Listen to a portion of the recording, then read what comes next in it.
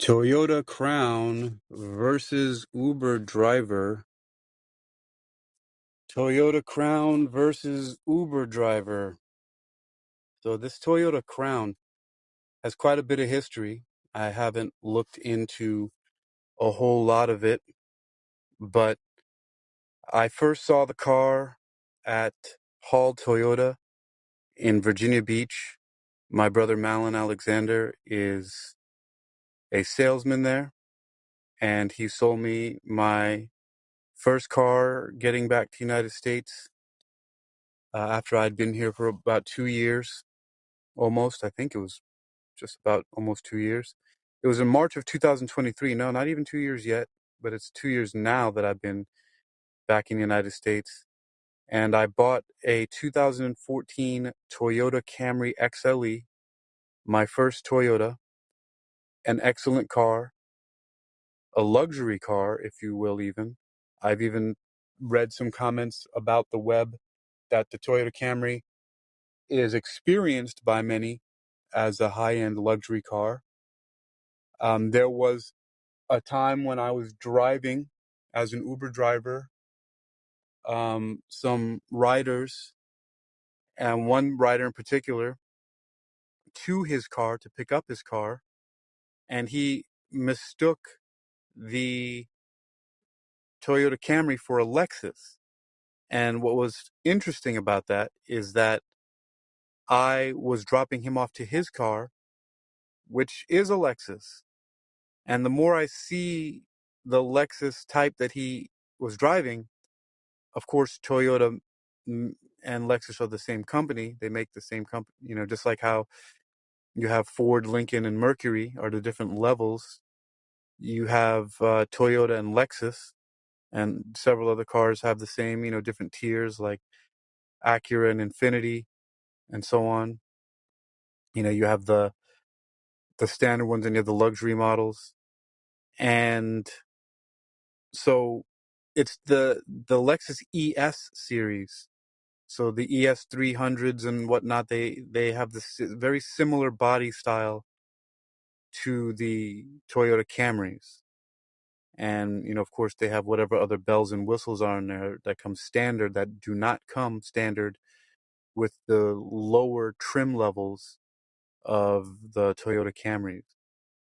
However, saying that is because another thing is that the owner of a club that I worked for, Billy Hudson, once I gave him and a girlfriend a ride to his condo one night, and he says, "Hakeem, what is this?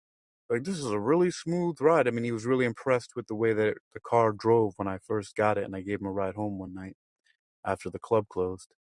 So, and a lot of people said, "Wow, this is a really nice car. It's a really nice car," who got in to drive the car. It had aftermarket wheels. They were all black on a red car. It did look nice, but it also is, 9 years old. And I had to replace several things on there, costing me thousands of dollars on the car that I'm still actually making payments for through Sunbit, which is fine because it actually built my credit up. And that, in addition to putting a large cash down payment on, I was able to purchase the 2023 Toyota Crown, which is an amazing vehicle.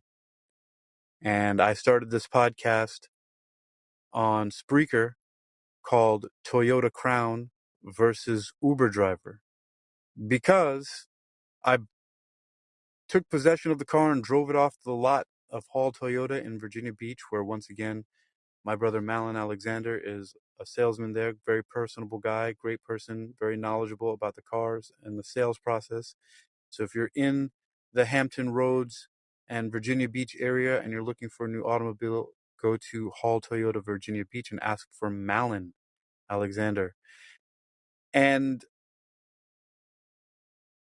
I took possession of the 2023 Toyota Crown XLE on November 22nd, the day before Thanksgiving, November 22nd, 2023, and drove it off the car lot. It had 10 miles on it, anywhere between 3 to 5 miles I had put on that car by test driving it. I had seen the car months earlier show up on the lot. Actually, there was a platinum on the lot. There are 3 so-called trim levels. I'm learning all about these trim level things lately with cars, because when I was looking up the Camry, and the XLE is usually the highest trim level, or one of the higher, that I don't know. I could be completely making that up right now. But as far as the Toyota Crown goes, the lowest trim level is the XLE, which I got, which would kind of be called the base model. But it is a luxury vehicle indeed. It is a 4-door sedan, and it has got lots of bells and whistles for the base model. It's like playing a video game and flying a spaceship driving this thing. It is a hybrid. It is today I got up to 51 miles per gallon on it, in eco mode, and 40 miles a gallon while I was in sport mode, zipping down the highway to get to the dealership to have it serviced for its first service, because I have already, by the time I showed up at the dealership, put on that car 4,754 miles already. And I just got the car with only 10 miles on it when I drove it off the lot. It had 10 miles on it. And in just 16 days, I have already racked up 4,754 miles on the brand new car. And that's why I started the podcast on Spreaker called Toyota Crown versus Uber Driver, because, well, one, I just bought a 2023 Toyota Crown, and I'm an Uber driver.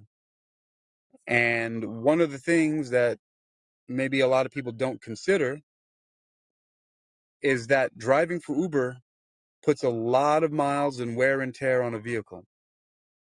And this has been evident in various different online news stories from some major news outlets, as well as some other blogs, that people have been burning out the batteries on Teslas, for example, by using the supercharging feature, as well as having to replace all kinds of things because of the high amounts of miles that is put on the car driving with Uber. I know that in Virginia, at least, I'm an independent contractor. I do not work for Uber. And funny, that was a notification from the car right now itself. Um, and so you put a lot of miles. It's no wonder it only dawned on me recently. I don't know why, even though I first started driving for Uber when in 2017, I bought my first brand new car, which was the 2017 Hyundai Elantra Limited. And I drove that for Uber and Uber Eats with the wonderful, beautiful, amazing Flor Elizabeth Carrasco, who allowed me to be her husband. And she's with me in heart and soul always, even though she's no longer here with me in the flesh. But we earned some good money and had a lot of fun driving that car. But even then, that car, I was getting something like 40 miles a gallon on that car, and it wasn't even not even a hybrid, or maybe I could be mistaken. It's probably a lot less. I wasn't really paying attention or tracking the expenses on the gas on that car as much. I was just spending and working and spending and working. But I do know that on a full tank at one point in time, I got something like 444 miles, which was impressive to me. That I got 444 miles out of a tank on that car. I don't know how big the tank is, but let me ask Mr. and Mrs. Googles right now while I'm talking. I might as well. I have the technology here in front of me. So let me ask Google. What is the gas tank size on a 2017 Hyundai Elantra Limited? 14 gallons. So the 2017 Hyundai Elantra is a 14-gallon fuel tank. And it says an EPA estimated 30 miles per gallon in the city and 40 miles per gallon on the highway. So I was right. Okay, so that's why I was getting 444 miles about on that tank. And it says here, it says this gives it a range of about 372 miles in the city and 496 miles on the highway. Okay. So yeah, I was close. I was getting, and of course, because I was getting mixed mileage driving, and I drove it across the country from Florida to, from South Florida, from Fort Lauderdale, Florida, all the way to Chinatown in Los Angeles, California, is where Floor and I finally stopped. So, and then I wonder here, let's see. I'm going to ask another question here, just to the car that I had before. What is the gas tank size on a 2014 Toyota Camry XLE? Wow, that's how big that thing was. So it said the Toyota Camry XLE, 2014 Toyota Camry XLE has a 17-gallon fuel tank. It has a cruising range of 425 miles in the city and 595 miles on the highway. Well, I wasn't getting anything like that. Of course, it was used 9 years by the time I got it. It only had 58,000 miles on it when I first got it in March of 2023. And I put 50,000 miles on it because it had 108,000 miles on it by the time I let go of it on November 23rd of this year, 2023 also. So 17-gallon tank. Wow. That's big. Well, the car that I have now, the 2023 Toyota Crown XLE, I'm just going to do the same thing I did with those other two cars, even though I already know it. What is the gas tank size of the Toyota Crown 2023? And the answer here is the 2023 Toyota Crown has a 14.5 gallon fuel tank. So that's much smaller, at least by 2.5 gallons, than the Toyota Camry XLE, at least in the 2014 one. And it, the fuel filler is located, yeah, the driver's side. Okay. The EPA, the estimated fuel economy on this car, it says 41 miles per gallon combined. That's 42 miles per gallon in the city and 41 miles per gallon on the highway. The base hybrid model has a driving range of up to 595 miles on a single tank of gas. The Crown Platinum model has a 0 to 100 kilometer time. Oh, that's I'm not talking about the speed time. So yeah, so 595 miles on a single tank of gas. When I filled it up first, I was getting 620 plus miles on a single tank of gas, is what the range was reading from the computer. What's really interesting is this is saying 41 miles per gallon combined, 42 in the city and 41 on the highway, whereas most of the times I'm driving it, I'm getting anywhere between 41 and 46 miles per gallon in that car, the hybrid. Today, I got up to 51. I was getting between 44 and 51 miles per gallon in the car. And that's not rated by the EPA. I don't know, maybe I'm doing some really good things. Again, it has a 14.5 gallon tank, and let's just say I have a range of 600 miles on that car. So, but again, back to what's, why I even am doing this I want to see what happens to it. What happens to a brand new car, a hybrid, when people have been blowing up their motors with the supercharging and wearing out these cars? And I've even heard some criticisms that Uber forces its, gig workers and drivers to liquidate their cars, which I don't find to be a problem if you run your Uber driving activities as a business. I'm sure that some people who have been introduced to things like network marketing or multi-level marketing have had to be reminded by their uplines. I've heard them say it a lot in different meetings. You got to treat this like a business, treat it like a real business. And I don't think that a lot of people are treating they're Uber driving as a business, as they should be, especially the independent contractors who aren't getting a minimum wage or anything like that, because by budgeting properly and really regimenting your life in a certain way, not being strict. I mean, I eat at Whole Foods every day and drink kombuchas and yerba mates for energy. And I go to the bookstore and spend thousands of dollars, not overestimating either, on books at Barnes and Nobles and other independent bookstores when I can find them. So I'm not skimping out anything that I want. I work out at the gym or outside when I want to. I sleep whenever I want to, because you can go offline or online and drive for Uber whenever you feel like it. We're independent contractors. We do not work for Uber.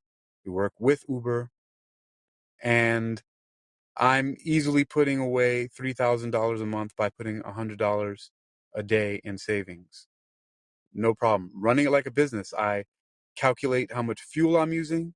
I calculate how much I have to put away in order to make the car payment and pay for the insurance and pay for any of the missed tolls that don't show up on with the Easy Pass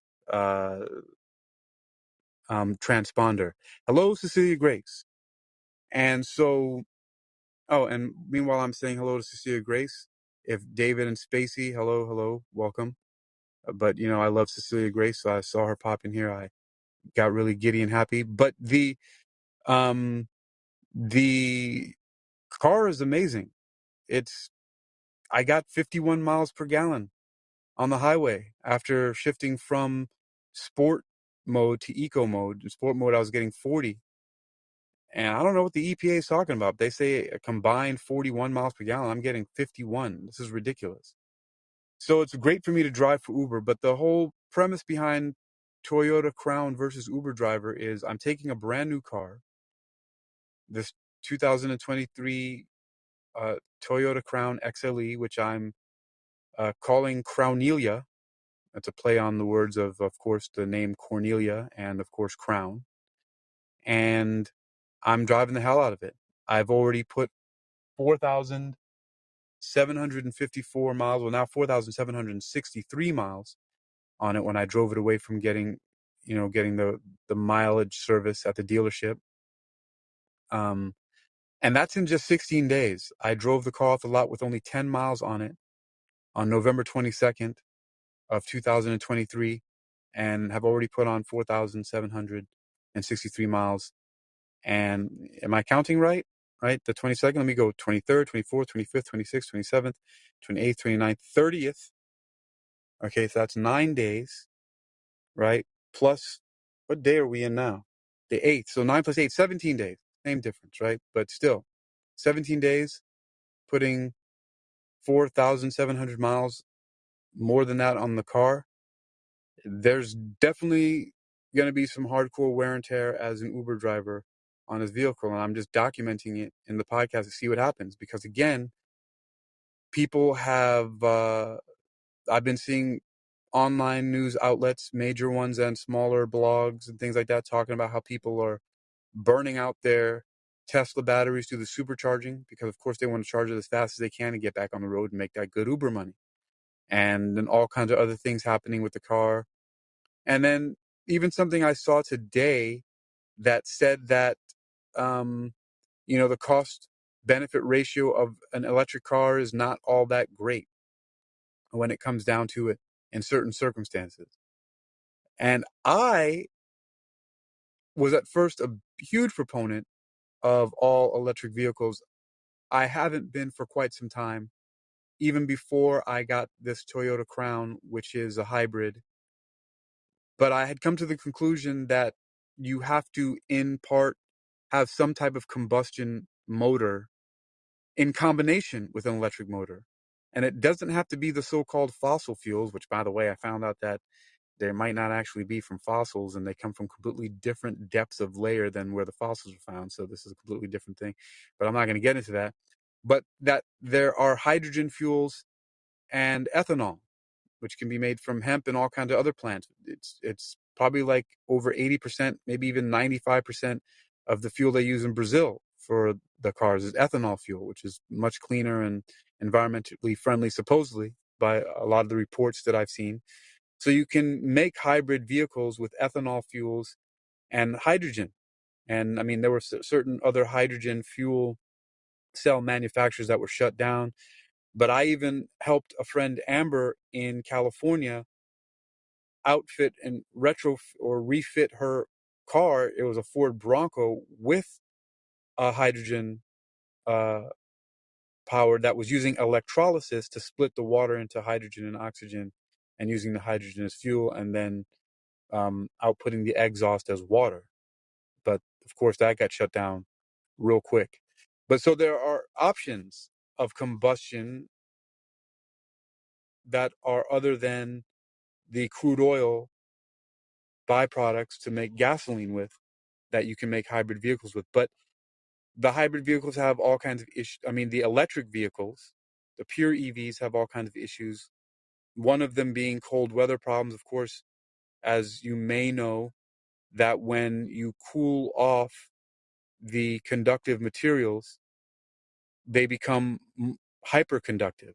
And when it becomes hyperconductive, of course, then the fuel cell will discharge itself more quickly. So the electric vehicles don't hold up and don't have as long as a range in colder weather. There may be some higher temperature problems with them as well. I don't know, but there very well may be if the cold weather affects them in one way. But higher temperatures will then cause them to be less conductive. Maybe they will store more energy in the battery, but then it will cause them to not be able to discharge it as quickly to get as much power into the vehicle, because the higher temperature may cause some congestion. I don't know about that yet. I do know about the cold weather issues. But then, of course, I'm not putting down electric vehicles. I think they're great for the environment. I think it's a great movement. Uber, that I am a contractor with, they're pushing for going all electric. And so are several other companies. And there's a huge campaign to educate people about getting electric vehicles and driving them exclusively. And a lot of people have been doing that. Uber has a program where they help drivers to rent inexpensively electric vehicles through Hertz. And they also are pushing people the education and to get more educated about it. And they have programs about that too, and programs to help drivers get into electric vehicles. I, again, am more for the hybrid. And the electric cars, though, they do, you can get a lot of power, a lot of horsepower, a lot of drive train power from the combined engines that they have. I just prefer a combination, the hybrid vehicles, the fuel and electric. I'm not saying that I I don't think it's good to continue with the so-called fossil fuel derivatives of the gasoline that we use. Like I said, there are other alternative combustion fuels to be used that burn much cleaner and can be used in combination with the electric motors. Even the former CEO of Toyota, who interestingly enough had the name Toyota with a D instead of a T, the second T there, stepped down from Toyota because he was pro-hybrid more than electric vehicle. And he got a lot of resistance for that. Whereas Elon Musk was also putting up a lot of resistance. Naturally, his car company Tesla is all electric vehicles. So Elon Musk was pushing. Did I say Nikola Tesla? I don't even know what I'm saying sometimes right now because I'm so tired. But Elon Musk was also giving a lot of resistance and saying that something that that hybrid vehicles are going to be just a passing fad or a phase or something like that. Whereas the former CEO of Toyota was saying that they're the wave of the future. And then some recent reports came out that showed that confidence in and sales of electric vehicles are declining, and sales of and confidence in hybrid vehicles are increasing. And I think there's a good reason for that. I don't know what other people's reasons are, but I prefer the hybrids. And again, this is even before I bought a new hybrid less than a month ago, way less than a month ago, 17 days ago, way before that. I was more pro hybrid than anything else. And the CEO or former CEO of Toyota was also mentioning the fact that you can use these alternative fuels in combination with electric motors to get the best out of it. So, but now the numbers are showing that. And I think I even saw something else today while I was doing my HAKEYM news reading on Spreaker, as well as the Toyota Crown versus Uber driver podcast on Spreaker as well. I saw some things pop up about similar sentiments about the electric cars not being all they're cracked up to be. They didn't mention anything about hybrids, but sometimes that's what you do when you don't want to turn attention to something that really is better overall. But I'm saying that that's my opinion, and everyone has those. So, but that's my opinion. But also going back, it made me realize why, when Uber first became a popular uh, app-based firm, to roll out most of or a lot of the Uber drivers that I saw on the road were driving the Toyota Prius. And at first I never really paid attention to the fact that the Prius is a hybrid, and that I just saw them as these small goofy cars. I thought that just because they were small, they were more fuel efficient because they were lighter and so on and so forth, and had smaller engines, which both of those things are also true. But in addition to the fact that they have hybrid motors, I don't know if there's an all electric Prius. I haven't looked into that, but I do know that a month or two ago, when I was looking to buy a new car and and trade in the 2014 Toyota Camry that I had, I was looking at the hybrid 2022 Toyota Camry XLE, and I was looking at the new 2023 Prius, the Prius Prime they call it. And I was impressed by the 52 mile per gallon EPA rating on there. EPA being the Environmental Protection Agency. Of the combined fuel efficiency was 52 miles per gallon. But ultimately, I wasn't able to get the car then for various reasons. I wasn't willing to put any cash down. No, I don't know what happened. I think my credit took a hit when I had all those credit checks from when I bought the Camry in March of 2023, plus other things that happened. But I then was able to put a large cash payment down, as well as my credit shot back up, interestingly enough, because of not having to make payments, but because of choosing to keep more money in my pocket and make payments through a financing company called Sunbit. And that showed up on my credit, and my credit shot up something ridiculous, like 50 to 70 points as soon as it hit the credit reporting bureaus. And then another one just hit today. And these were because of repairs that I made a payment plan for on the Toyota Camry, the 2014 Camry XLE, because I wanted to keep driving the car. I thought I was going to be driving it for years.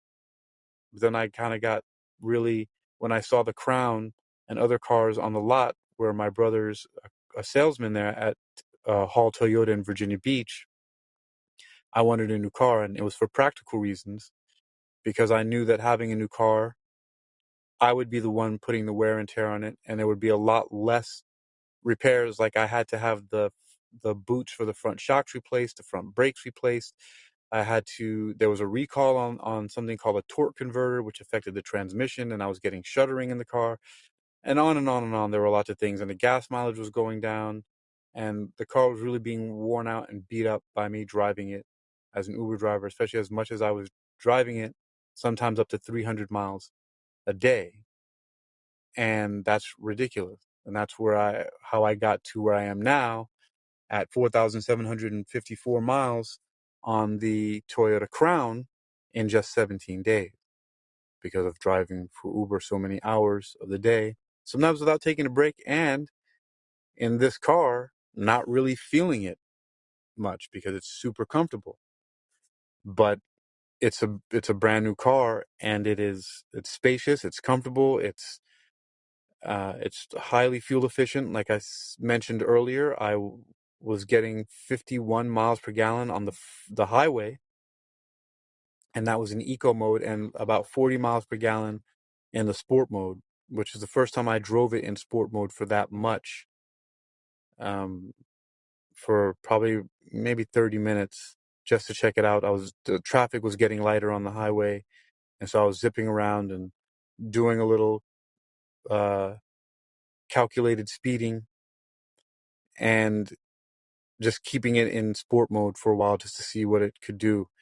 I think can be kind of dangerous for only having 236 horsepower and going from 0 to 60 in 7.5 seconds, which is kind of slow compared to the platinum trim level, which has 340 horsepower and what they call 401 foot-pounds of torque. That's combined with the 2.4 liter uh, turbocharged engine combined with the electric motor, whereas the one that I have, the XLE, as well as the limited versions, have 2.5 liter fuel injected engines, and that combined with their electric motor give it 236 horsepower. Not fast by any standard, but a lot of fun to drive. Good passing power for when you need it, because people out here in Virginia drive like they don't drive very well. People have done really ridiculous things on the road out here that I am just, which is the reason why I drive starting usually around the earliest 7 p.m. to 9 p.m. and then finish anywhere between 4 a.m. and 11 a.m. in the morning, depending on how much I feel like driving, or if I get tired and I can't drive anymore. But really great gas mileage on the car, really comfortable. The car looks good. People make compliments about it all the time, which is really nice. That's actually a good benefit. I've been getting a lot more tips. It also put me into another category called Uber Comfort, which also pays a little bit more. And I'm willing to take rides that a lot of other drivers won't, which I already have been. But now I'm more confident to do it because of the extended gas mileage I'm getting. But now also something very interesting happened. I happen to have been elected the Uber crew team member for the southern region for the state of Virginia, which I've been having meetings with people all the way as far as California and all the way down to Florida during the office hours and the meetings, whereas I act as a referee and a note taker and a representative of Uber drivers, because the Uber crew team members are all Uber drivers, and it's a remote gig that I get paid for every quarter. And we take pain points and suggestions and talk about the issues that might be with the app or with driving or with riders and things like that. And we interact directly with a third-party organization called Street Level Strategy, as well as representatives and executives and other uh, technicians and employees at Uber. And that knowledge gets escalated to Uber, and then they do their best to act on that information that they get. And the meeting yesterday that was at 3 p.m., that was December 7th at 3 p.m. Eastern Standard Time, we had a meeting, an office hours meeting, exclusively with Street Level Strategy, Uber, and the other Uber crew members like myself who are also drivers. And there were various different things put forward, but as far as I can tell, within and up to at least as quickly as 12 hours after that meeting, a suggestion that I directly offered to Uber in audience with Uber and Street Level Strategy was implemented. I mean, really, really quickly, because a person on an online group for the Hampton Roads Uber and Lyft drivers made a comment and said something like, well, I might as well read it since I have my other device here and I can look and see what this guy said. So a guy in this group said, he says, Uber's going crazy tonight, paying for the drive to pick them up and the actual trip. This is awesome. And I was the first person to comment because I happened to see it. He posted it 12 hours ago, which was almost 12 hours after we had the meeting, and I made this suggestion. And my response was, wow, quick implementation. This is actually a suggestion I made earlier at the 3 p.m. Uber crew meeting yesterday. Okay, now I'm seeing a bunch of comments. He says, you suggested we get paid for the time it takes to go pick people up. Yes, sir, I did. I'm going to answer that right now. Amongst other, yes, sir. This is live. I'm doing this live right now. Yes, sir. I did. Amongst other things. Amongst other things. Amongst, is that right? Should I use that? Among, is that correct? Amongst other suggestions. I'll put amongst other suggestions. I don't use the word amongst other things. What are the comments people here? I haven't seen these because I haven't looked at this since yesterday. And someone else wrote, it was very fruitful tonight, that's for sure. Yeah, actually, last night was one of my biggest nights ever. Another person says, I wonder if that deal is happening tonight because right now I'm not taking any of these rides for $3.95. And then somebody else said, I thought the rides seemed a little higher paying last night.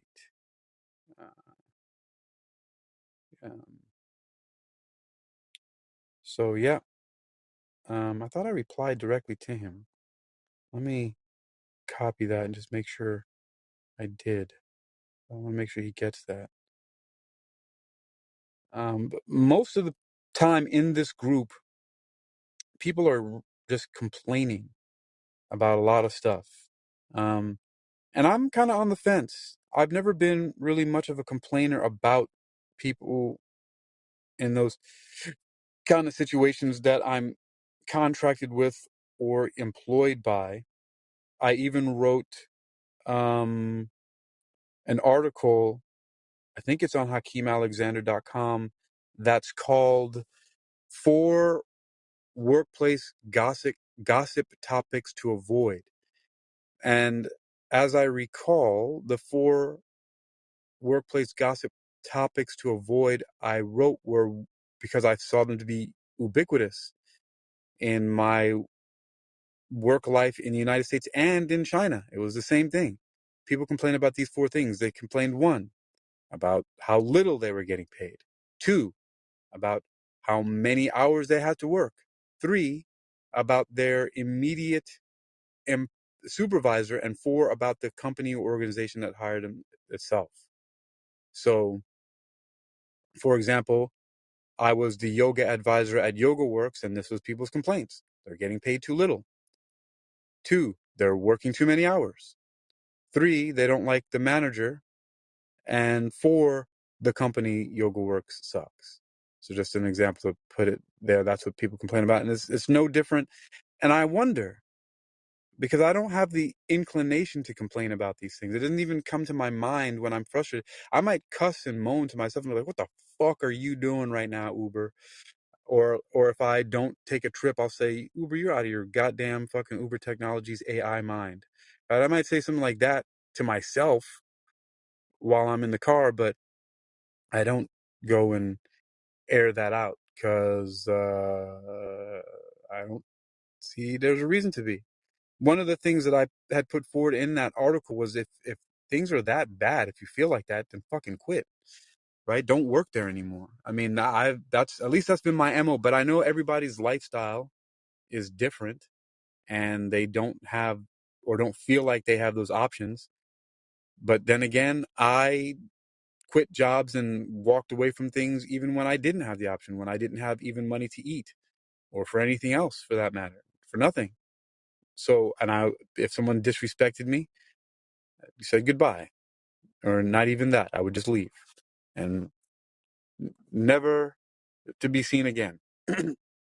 But so I don't know, but some of the things that I see are that, of course, people, the main concern is the pay, which is the same thing as that those 4 workplace gossip topics to avoid. So number one is that they want more money. And what I learned in a meeting yesterday, and I have to be careful because some of the things are, I signed an NDA becoming an Uber crew team member, so I can't release some of the new technology stuff that they're releasing, which is very exciting. That's making things better for both the drivers and the riders. So there's things that are being implemented that way, but I can't talk about any of that. But I can say that things that, are already public and general knowledge, at least amongst people who do ride hailing and, app-based firm delivery duties like Grubhub, DoorDash, Uber Eats, and things like that. Another one of the Uber crew team members mentioned because there was a question at the end from one of the representatives from Uber who seemed to have some type of, I don't remember his name now, even if I did, I wouldn't say it, who seemed to have some pull in the company. And it's evident in the fact that the getting paid, what they mentioned in the group, the online group that I just mentioned, where he said, you recommended that we get paid for, going to the pickup. Yes, I did. It was that was actually a very exact and specific thing that I said. And one of the reasons why I know that it was directly attributed to me, I'm not just taking credit for it, is because something else that I had mentioned in a previous meeting about 3 months ago was immediately implemented on my own account. And it was something that I emphasized and that other drivers, not crew members, because it was one of the office hours where I was the go-between, the liaison between street level strategy, Uber, and the Uber drivers who were bringing their concerns and their pain points and suggestions through me, as I was the one that was basically the referee, the host of these office hours. And one of the things was, and because it happened to me a lot in like a cluster of time, but I was also, I know, psychologically, spiritually attracting that. And it was because of the way that I was feeling inside. But people were, in actuality, lying when they were making complaints. They were giving me low ratings and then saying things that were completely untrue. And so one of the things that I mentioned, and then it was echoed by other drivers, was that, yeah, we've got people, for whatever reasons, either they're drunk or they're having a bad day or whatnot, they give a bad rating and then put outright lies as reason why they're giving a low rating. And so this was something that I mentioned, and pretty much immediately after the meeting was over, I remember I was sitting in, guess where, at Barnes & Noble. I was in Richmond, Virginia, actually at a place close to Richmond. I consider all that area that I go to now called Richmond, but it was in a Barnes & Noble in an area called Short Pump. And I remember pretty much immediately after the meeting was over, I got a message from Uber support that said one of your complaints or something like that has been removed. And so my score, the star rating, immediately went up. And then one of the driving, the complaints, or what are the things that they put in there, I was either not polite or was speeding or some stupid shit like that, was immediately removed. And I thought, wow. So now back to what I'm saying about this implementation. I specifically mentioned when it was asked to the group of myself and other crew members who were present, a question was asked about, so are there anything, what would be an incentive? He was asking something like, as far as money, or what would be an incentive that would get drivers to do more of this, or, to take on more trips, or so on and so forth.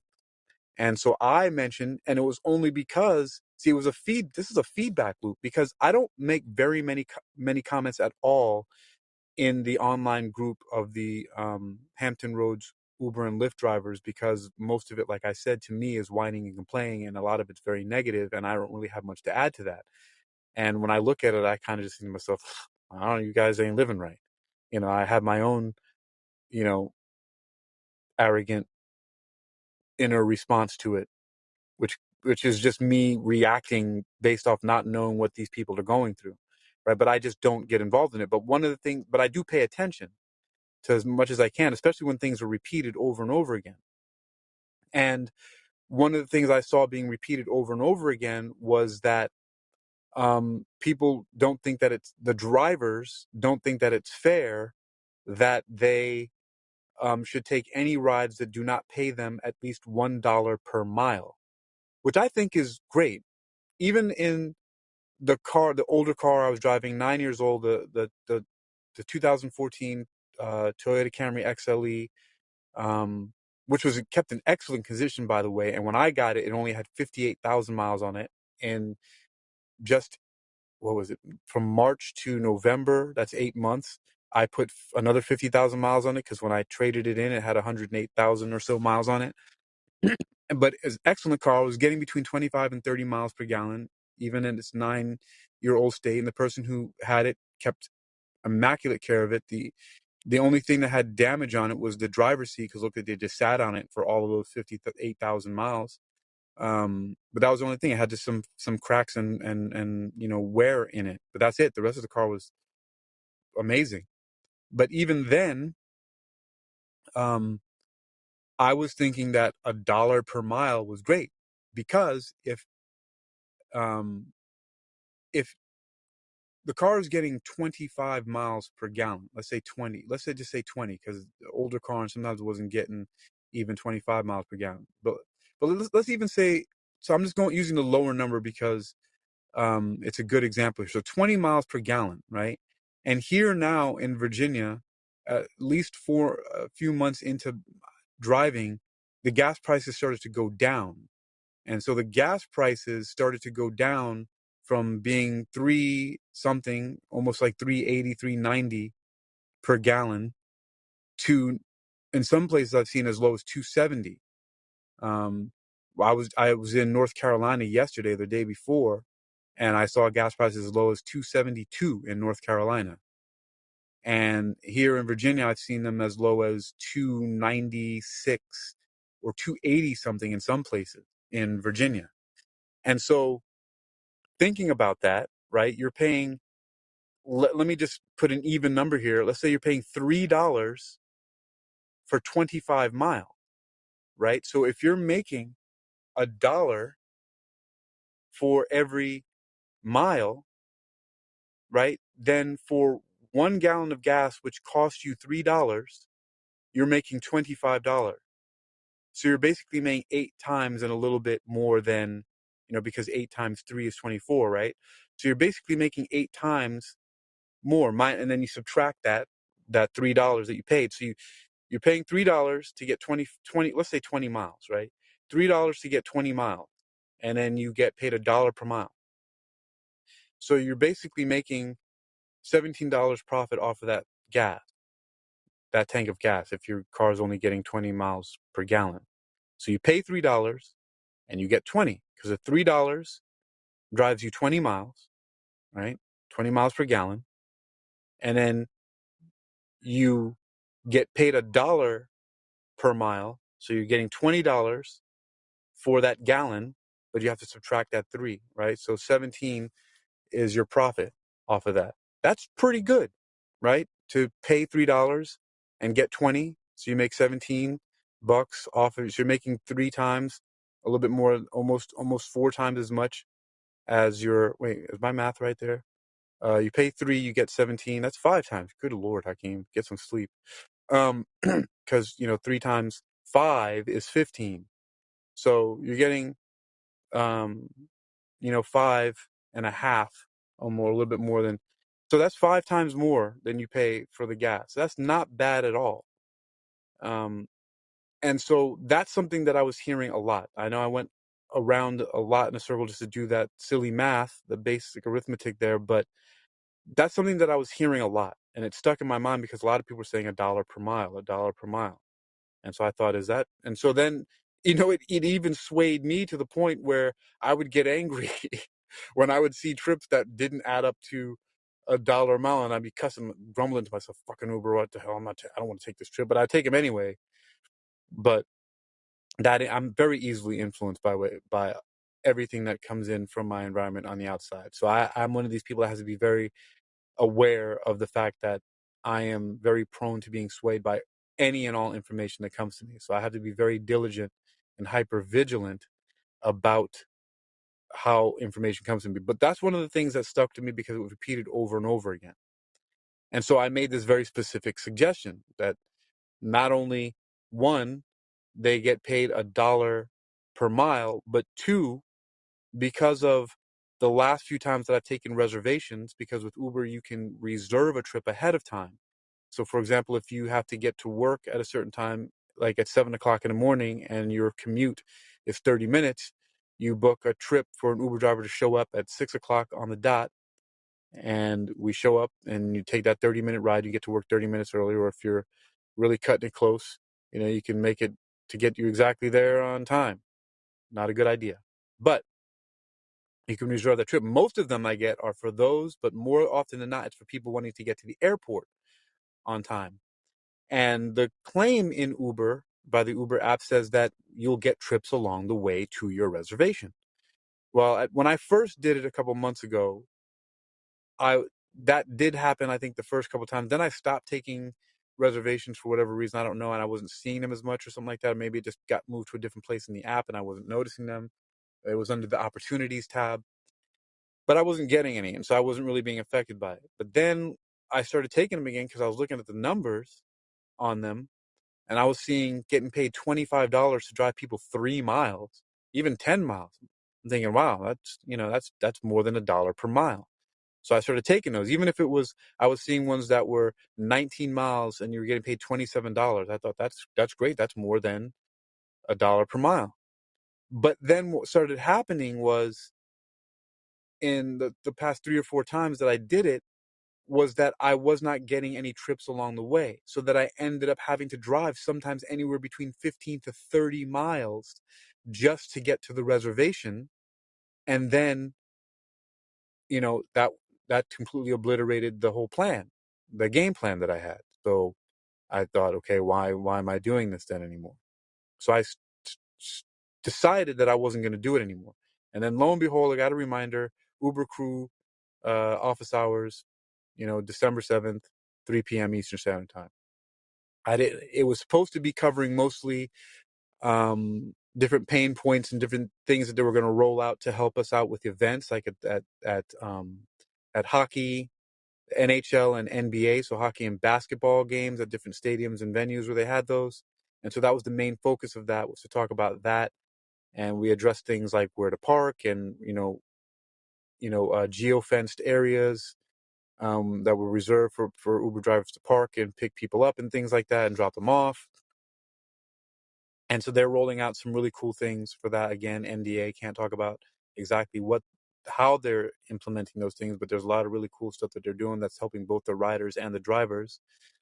But then there were other questions asked because, a lot of the pain points were the money, and one of the things that I had first brought up was, I'm not getting these trips along the way. And so I don't feel like I want to take reservations anymore because it's not worth it. Again, being influenced by this whole dollar per mile idea that got emblazoned into my brain by looking at that online Uber and Lyft drivers, the Hampton Roads Uber and Lyft drivers group. But it made sense to me because, from a business person standpoint, I'm thinking profit off of, I'm paying this much in gas. And then if I divide out how much I'm paying insurance and car payments, every month, I'm thinking, yeah, this has got to add up to at least that. And so that's one of the things I brought up. And the gentleman from Uber was listening very intently, and he looked like he was typing away on his computer. And he mentioned a few times that he's like, some of these things are not my department, but I know exactly who to go to for this. And then the other thing I brought up was, when the questions were asked that we were starting to get within the last 5 minutes, I chimed in again and said, well, not only should there be something done about getting more trips along the way if possible? And I said, I know sometimes that can't happen with me because of the hours I drive. I drive the vampire hours, when it's dark outside. Um, and, I know that might not always be possible to get trips along the way because not everybody's up, even though I'm constantly getting trips back to back to back. They're just not always to where my reservation happens to be. So I said, maybe look into what the software is doing to get the trips along the way. But then also I made the suggestion that we should be paid on the way to the trips. So that would, because they asked specifically what would incentivize people to do this more, to pay us for our trip time. And not only did I say, first of all, I brought up that we're not always only getting trips along the way. That was one, but then that we should be getting paid for the trips along the way. I mean, for the drive to the trips, even if we're not getting trips along the way, that would be an incentive. But then I further suggested the dollar per mile specificity. Specifically, that's what I specifically suggested. So I gave him a little, the old triple threat there. One, we're not getting trips along the way, but what would incentivize us is that we do get paid for the trips along the way. Well, how much would be good? $1 per mile. And so that's what happened. That's what the person reported in the group. I think that that's fantastic. Uh, and losing the train of thought here, but that's in a nutshell there what happened. So it got immediately implemented within 12 hours at least, because I saw the message less than 12 hours afterwards, because the meeting ended at 4 p.m. Eastern Standard Time, and I saw this message about a quarter to 4 in the morning, and then I responded to it. And so there was quick implementation of that. So Uber is doing their best to help out the riders and drivers, and I think that that's a good thing. Now, one of the other things that one of the other Uber crew team members did bring up, she said, when I first started years ago, it was actually we were getting $2 a mile, and I don't know if she was saying that that was a standard or if that was just like what happened to be happening. But I think it might have been a standard that they were getting $2 a mile, because I did think I saw in the group that I don't think she's a part of, the Hampton Roads Uber and Lyft drivers group online.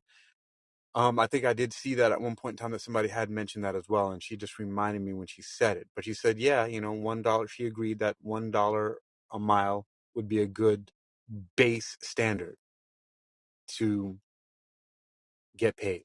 So I'm glad that this Uber crew team position that I was elected into and accepted and am enjoying doing it. It's remote gig work. I get to meet with lots of different Uber drivers from all over the country, as well as these people from Street Level Strategy and people from Uber, which, when do you get to have that kind of direct contact with people from the company itself that you're contracting with or working for, especially a company like Uber that's making billions of dollars um, in revenue. Now, segueing that into, interestingly enough, New York City. Now, so I'm wondering. So one of the things that popped in my mind, and sometimes my intuition happens to be, I don't know if the word would be correct, spot on.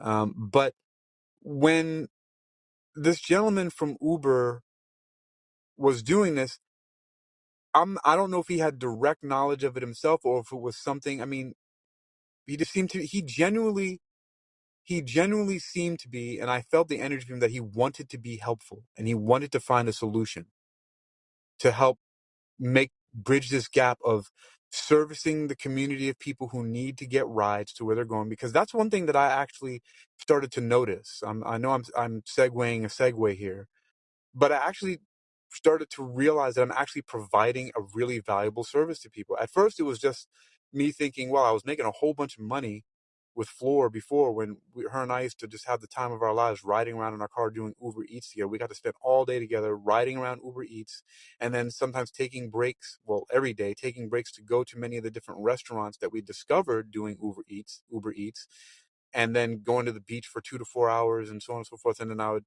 drop her off, and then I would go do Uber ride hailing and then drive people around, and then go meet her later on and have some more fun, watch movies and have dinners and stuff like that. But we were making a bunch of money. And I thought this was really great for how easy I thought it was. So that was my first thing, was getting the car. I said, okay, I'm going to supplement my income, because I was working at the nightclub doing security. And then when I got the car, then I started driving Uber, and I thought, wait, double whammy, making all this money. I soon realized that I'm making way more money by leaving that job, by driving Uber without that job in combination, and doing my podcast and websites and dealing with the authors now. Which, by the way, on hypnoathletics.com, another segue within a segue within a segue, a few authors just published new articles today. One from, interestingly enough, there are two Camille's. One's name is Camille Johnson, and one Camille Bruner on hypnoathletics.com. Really great articles. That one was published a few days ago, and one I just published today.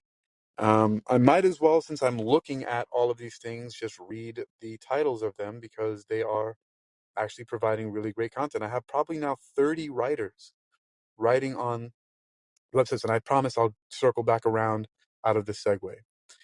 So on hypnoathletics.com, the one that was published by Camille Johnson uh, on December 6th, wow, December 6th, man, it's the 8th, so 2 days ago, was called How to Nurture Your Well-Being as a New Caregiver. And then today, the one I published from Camille Bruner is called Unveiling the Power Within, Life's Challenges as Catalysts for Transformation. And I have two other authors now who are submitting articles who I think both of them are brand new that I haven't met before. So I'm constantly adding new content writers to the stable of writers for hypnoathletics.com, HakimAlexander.com, and exercisingyourmind.com, which are the ones that they're mostly writing for. I have had some other authors contribute to Capagetta.com, and yeah, I think that's it. So, but mainly what I'm getting, mostly the stuff for now on a regular basis, are for hypnoathletics.com, more now, exercisingyourmind.com, and then sometimes, not as often though, even though one of the new writers is writing for HakimAlexander.com. But back to this person at Uber genuinely seemed to want to help. But the thing that did pop into my mind, and like I was saying, my intuition sometimes is correct on this, that maybe there might be some influence from something else that has been popping up in the news a lot lately as well. I've been paying attention a lot to news with Uber. And again, the thing that I have been realizing, that we are providing a valuable service. People really, I mean, the people, the places, and the demographics that I'm picking up. I'm picking up regular clientele, writers, of people who are going to rehab centers for drug rehab. So they're like methadone clinics and things like that. I'm picking them up from there and taking them home, or taking them to it. And this is provided by the clinics themselves that pay for it. They set up the rides for the person, and I go pick the person up, bring them to the clinic, and then bring people from the clinic to their homes. So that's one, helping people to change their lives by helping them to get to the clinics to get off of the drugs. The other one I get a lot are also they're called trip coordinators, is what they look like in the app. It said message from trip coordinator, blah, blah, blah, pick up such and such, and then take them here. And from hospitals. So picking up people who have injuries or who have appointments, and pregnant women and things like that, taking them to the hospital, or picking them from the hospital and taking them home. So those are other things that happen. And then other people who have vouchers for other things. People, not as often, but sometimes, people who are on probation or parole, and there's so many other things. And then constantly taking people to and from work, and taking people to and from work at night. Another huge uh, ridership comes from Amazon and Walmart. So taking these people to, and a lot of people work in the Amazon distribution centers and Walmart distribution centers overnight, and then sometimes FedEx too as well. But another huge one, because this is a huge military state, are the Navy and Air Force people, and sometimes Army and Marines, but mostly a lot of Navy people. And then I have a what's called a DBIDS card, a Defense Biometric Information, Defense Biometric Identification System card from the Department of Defense to be the Uber driver for Langley Air Force Base. And so I get lots of Navy and some Air Force people, funny enough, mostly Navy, taking them to and from, and then a lot of shipyard workers. So there's a lot of regulars, not people that I see the same people all the time, although that's happened a few times, but from the same places.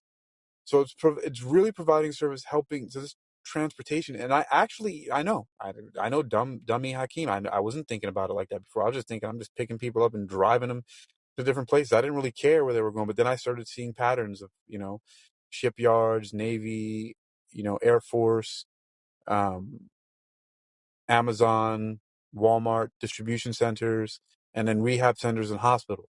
And that's a huge part of it. So this person from Uber, I feel like he genuinely was wanting to solve a problem, because one of the things that you see in the app that Uber says, hey, if please, keep your acceptance rate high and your cancellation rate low. Because what happens is that if you don't accept trips, then other Uber drivers have to drive longer distances to get there to pick people. The riders have to wait longer to get picked up. And of course, this is more a problem in, when if it's raining, or if it's really cold outside, or even really hot outside, or just people have to get to where they got to get to on time. Right. So keep your acceptance rate high and your cancellation rate low. So don't be canceling on people. Um, and for all kinds of reasons, because they want Uber to be reliable. So this person, I feel like, was really genuinely wanting to solve this problem and fill that gap, because it happens a lot. And again, I refer to the online Hampton Roads Uber and Lyft drivers group, because one of the things that they constantly do, people are like wearing their low acceptance rate and their high cancellation rate as badges of honor. They're like, fuck this, I'm not taking that, da da da, I'm canceling this. This person wanted multiple rides, da da da. And so he was genuinely within the last 5 minutes of this meeting with the Uber crew team members, was asking what would be an incentive to get people to pick up people more and, bridge these gaps.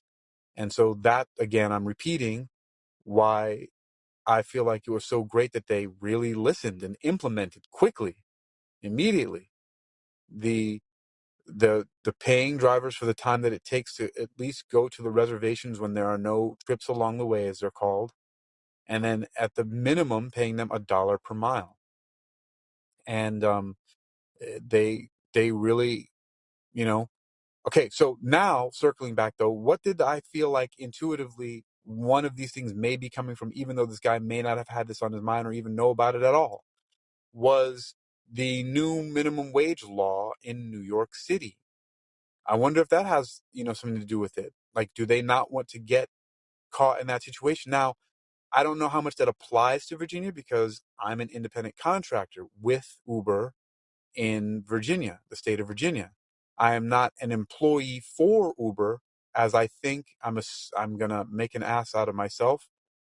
The Uber drivers may be in other, app-based firms are in New York, because they are now requiring a minimum wage of $17.96 for some increment of whatever, and then, or a minimum of 50 cents per mile or something like that. I don't remember the number breakdown. I did read it earlier on the hakeym.com for HAKEYM news. I've created my own universe.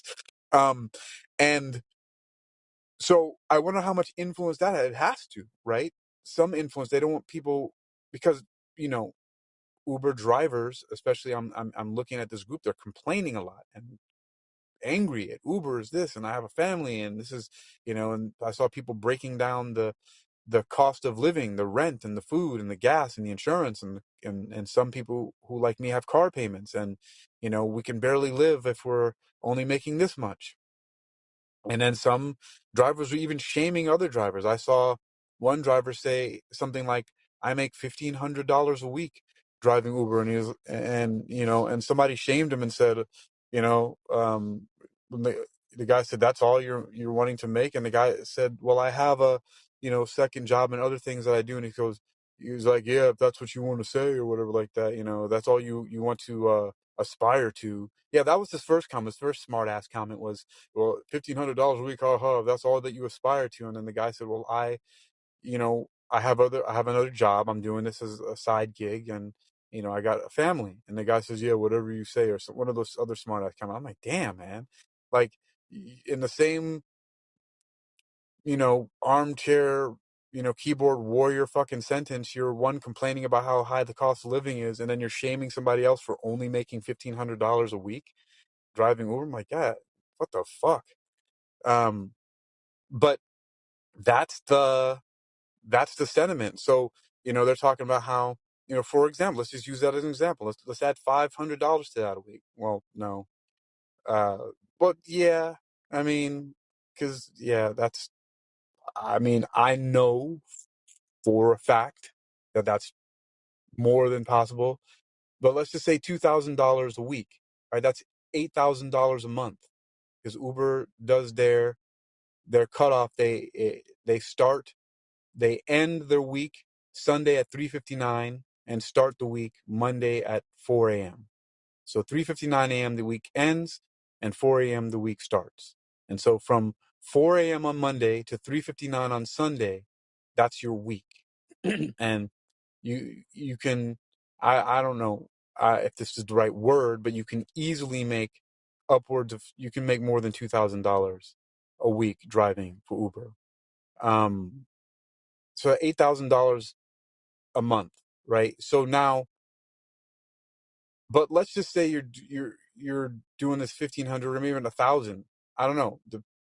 There's all kind of other expenses people are paying and whatnot, but they were saying that with how they're getting paid or how difficult it is, because they were also mentioning that, only you can only get that much if you're driving 12 hours a day, 7 days a week, and I want my time, and I have a family and I need to sleep and things like that, right? So all valid points, I'm sure. None of those things bother me, but I can understand where people are coming from. I get it. They're saying that to do that, you're driving 12 hours a day, 7 days a week, um, and not everybody can do that. Like, in one thing, physically capable of doing it, but then there's another just with other commitments that people have. So $1,000 a week, $4,000 a month, $48,000 a year. They're saying, this ain't living, this ain't living. I'm singing the Seven Dust version of a Marvin Gaye song, but the but so I can see that there that the reason why people are being very selective about how they manage their resources, being time, the amount of time that it takes to drive to pick somebody up, and how much they're getting paid on the trip taking them to their destination.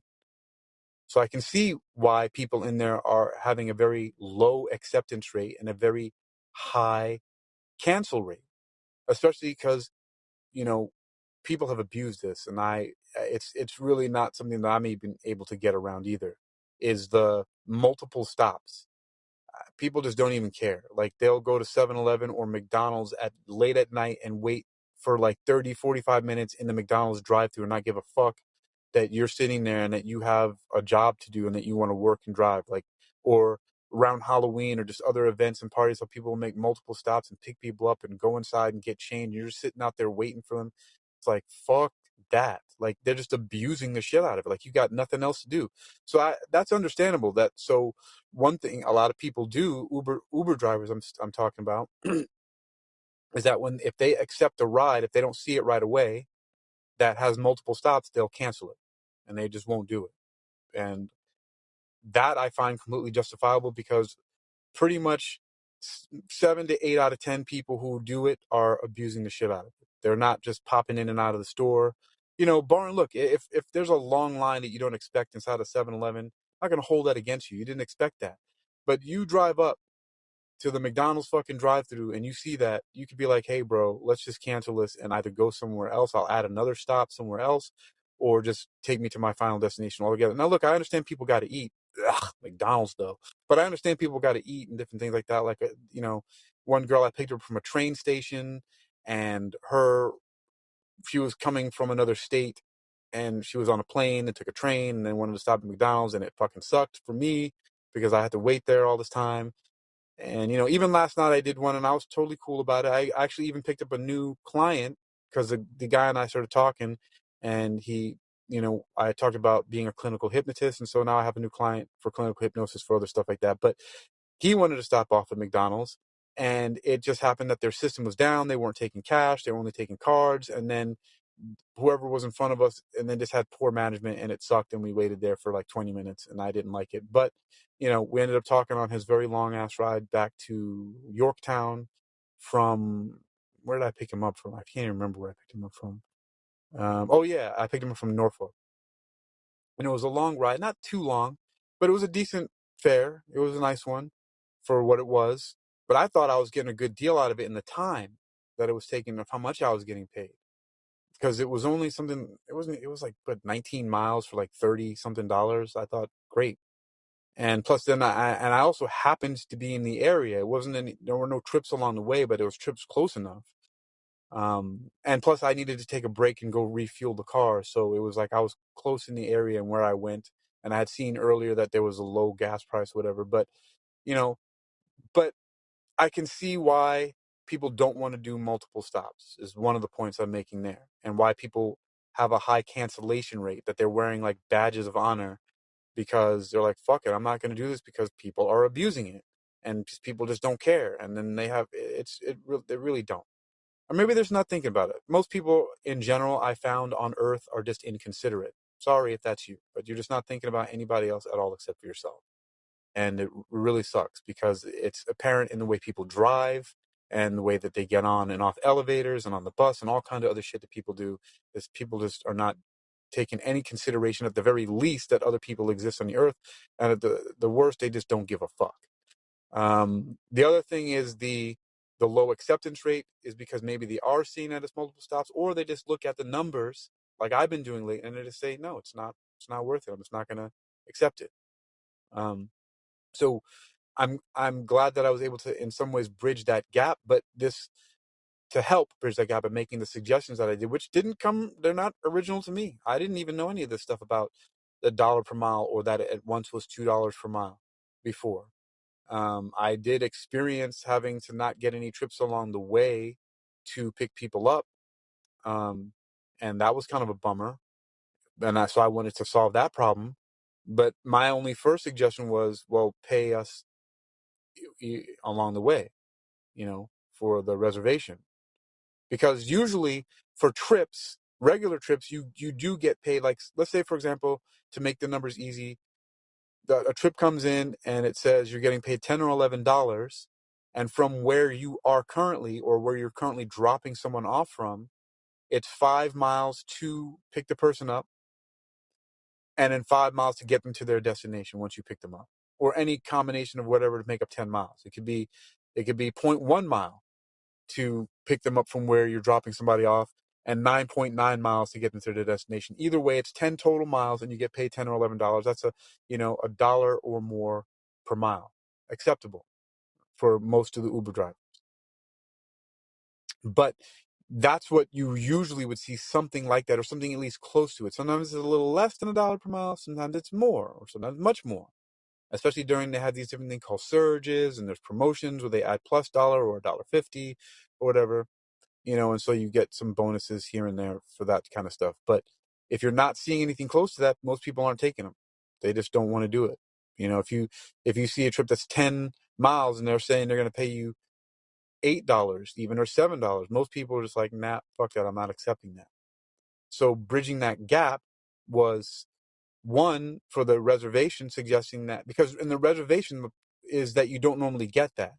If you're not getting any trips along the way, if you happen to be 10 miles away, and then all of a sudden the app doesn't give you any more trips because the AI is looking at, oh, these trips aren't getting him any closer, and this person has to be at a certain time. And these reservations are very important because they are booked at a lot higher rate than normal trips. People reserve them, and you got to go get them.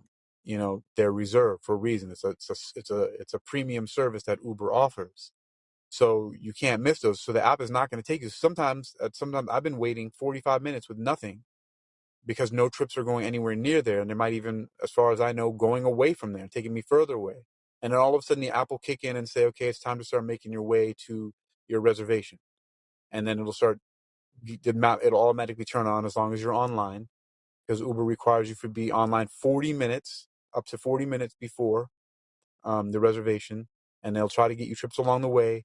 And at least, if not, sometimes between 20 and 30 minutes before the reservation, it'll automatically turn on and start navigating you towards your reservation. But usually, up until yesterday, as far as I know, you don't get paid for that travel time from wherever you are, because you're not getting any trips along the way to that person. That changed yesterday. Part of my suggestion, which is again not my original idea, but it was the way I put it together was original, is saying that people need to get paid for those because they're not getting trips along the way always, and then taking the ideas of it has to be at least $1 per mile, for not only the reservations but for everything else. $1 per mile was the incentive, the minimum that they'll be willing to deal with, at least in the Hampton Roads areas, and it was implemented right then. And again, I'm wondering how much influence this whole minimum wage in New York and how much that affects what Uber executives are thinking, and how that might be influencing how they pass it down to other people in like these meetings that we're having when they're talking to us. And they're because, like I said, this guy was genuinely looking for a solution, because Uber, DoorDash, Grubhub, and another company were postponing and trying to block and knock down this law from happening to pay people a minimum wage, and citing all these reasons why it would be bad. And of course, anybody that has heard anything about the minimum wage discussion or argument knows that companies don't want to raise the minimum wage because they say it's going to cut out their bottom line and also make it more expensive for so on and so forth and this and that, which I do understand as well. It's something I even mentioned in the meeting. Like, I get it. Uber's a business. They have a bottom line. How much of that is greed on the parts of the upper executives who want to get their fat paychecks and bonuses? I don't know. I'm sure that some of that's there. But how much of it is actually, you know, um, operating expenses, which are a thing? On my level, my operating expenses as an Uber driver in my little world are paying for gas, paying for car insurance, and paying for car payments. And then, of course, feeding myself food, when I'm on the road. So those are operating expenses, right? You got to eat and put feed your car, gas, and pay the insurance so you can stay on the road, and pay the car maintenance so you keep the car to keep driving. So all that stuff is the factor.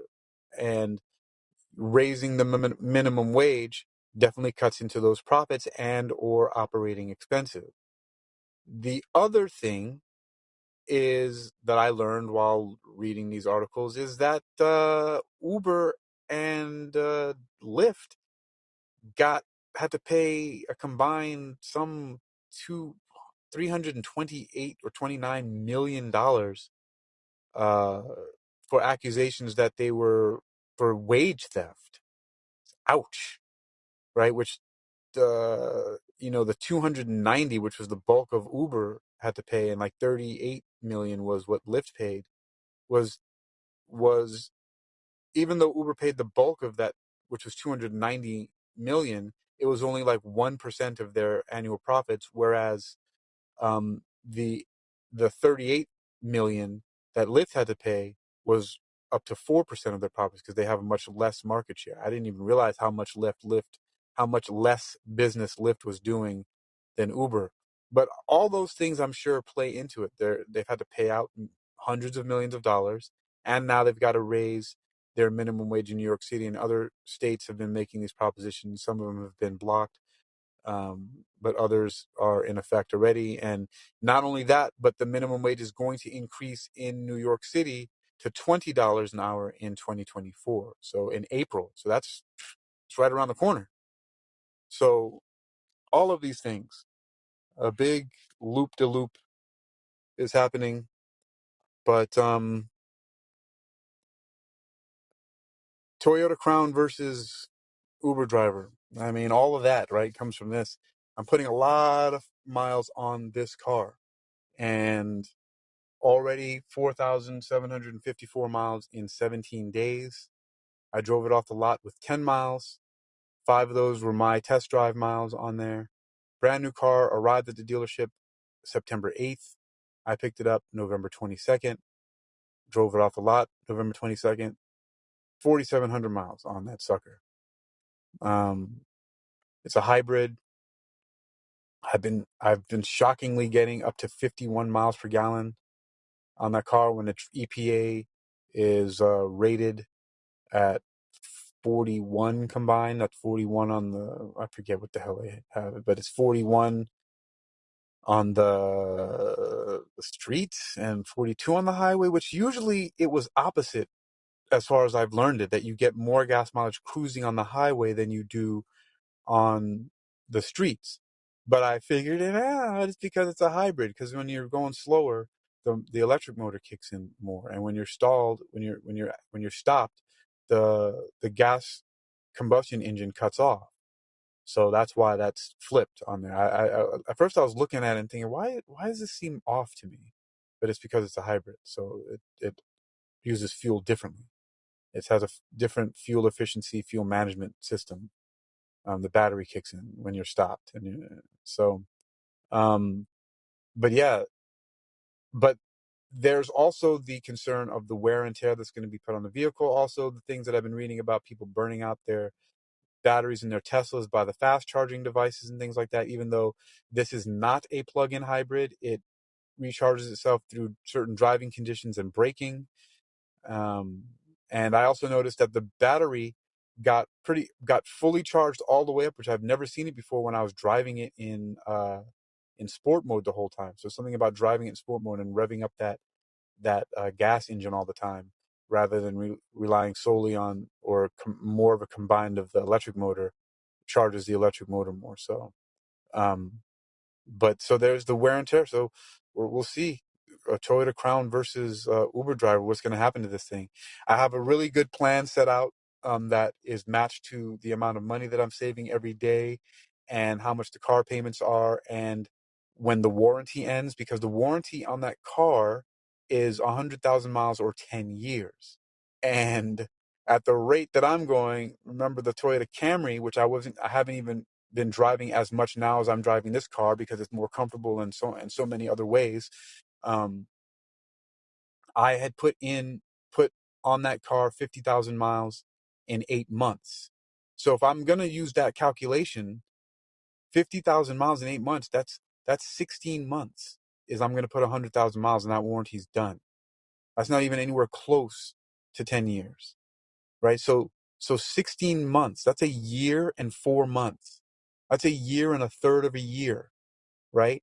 That I'm going to be out of that warranty and then going to be having to pay stuff out of pocket if anything starts to break down on that car, right? There might be some things that are covered under the service package that I have and all that, but for the most part, out of pocket. So the plan I have already allows me to, by the time that 16 months comes, I will not only be able to pay off the whole car by paying off the balance that's due on it, but also, if I want to, just go ahead and buy another one at the same time.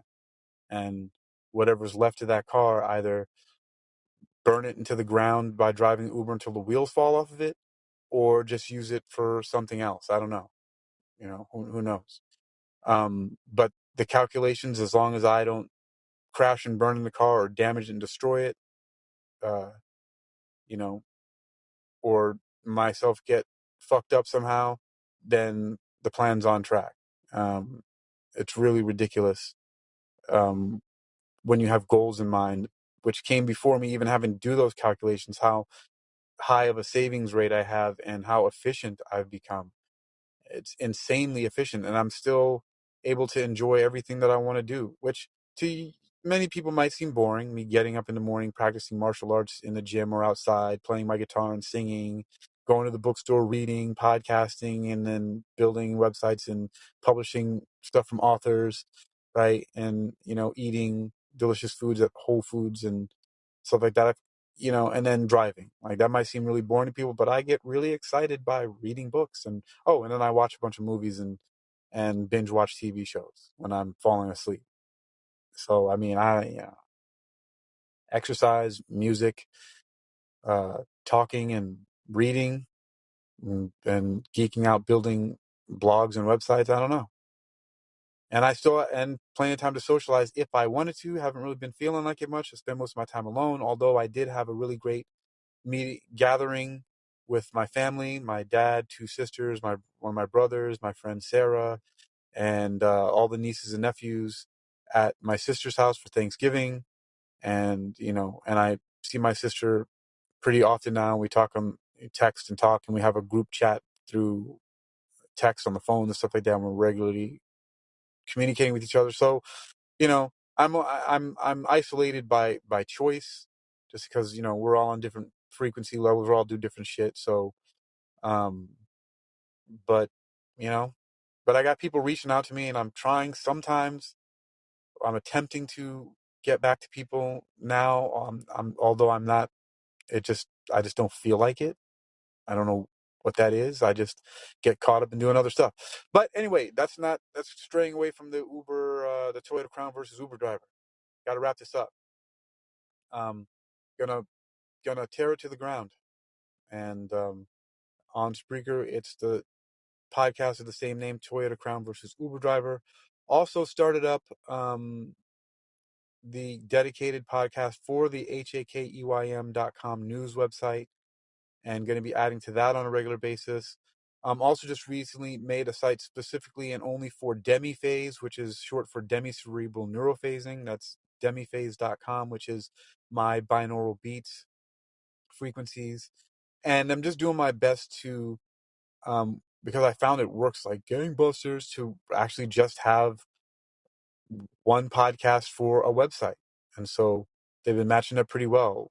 Got a podcast, put it on that website with the same name. And lo and behold, all kinds of traffic and listeners and ad revenue goes up. So it's a very interesting relationship that's happened totally by accident, just by me just doing stuff, without second guessing why I'm going to do it or what. It just, okay, I'm, going to do this, add it to that. Just makes sense. That's simple, super simple, easy. It's like Legos. And then, oh, look at this result. And, man, but this, I'm really, really happy with the car on all levels. The efficiency, the, the way it looks, the way it drives, it's fun. Um, it's flashy in a way. There's the body design. People love it. They're comfortable when they drive in it. Um, and we'll see what happens. I'm hoping that, Toyota did a really great job and there are no recalls, no, design flaws in it, and that I don't have to have any downtime out of the car, and that it'll just be worn down because of the fact that I put 100,000 miles on it in less than 2 years. Um, but we'll see, and I'll just keep talking about that on Toyota Crown versus Uber driver. That is all for that. And something I also neglect to do sometimes is say hello. So, hello again, Spacey and Cecilia Grace, the fake imposter, Mary Kay, Coolio and D Jones, Daryl with the dashes. What's up? Wandering fool. What's up? What's up? Kelly Swenson. Hello. Frankie J. Matthews, Christina Losi, David, and Michael J. Thank you for stopping by and sitting a spell or just passing through. Toyota Crown versus Uber driver. Exclusively on Spreaker, under the Uniquilibrium network of podcasts. Uniquilibrium, out.